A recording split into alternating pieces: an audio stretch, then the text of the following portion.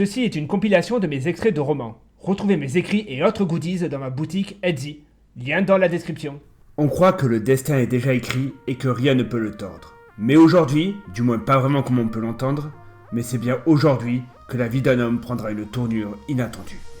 Tout commence au beau milieu de la nature. Un mystérieux vieux personnage habite les rêves d'un jeune chasseur depuis une semaine. Inlassablement, l'être onirique lui répète « You woke up, Stroppa ». Qu'est-ce que ça peut bien signifier? Comme toujours, avant de pouvoir obtenir sa réponse, l'aube le sort de ses songes. Il est temps d'aller ramener du gibier pour la tribu. Il est temps d'aller ramener du gibier pour la tribu.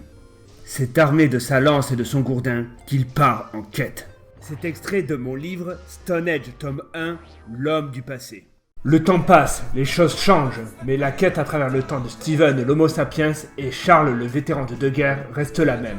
Retrouver leur temps et les perles temporelles avant une entité invisible. Ici, c'est un temps en pleine ébullition, en plein choc culturel. La révolte hippie contre la société conformiste. Il n'y a plus de guerre en Angleterre, il est vrai.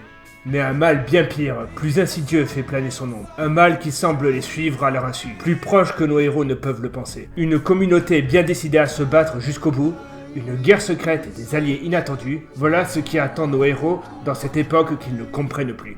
Ceci était le 4e de couverture de mon roman La fille du futur, le tome 2 de Stone Age. Bonne lecture. De nos jours à Rennes vit un jeune homme, Samuel Loiseau.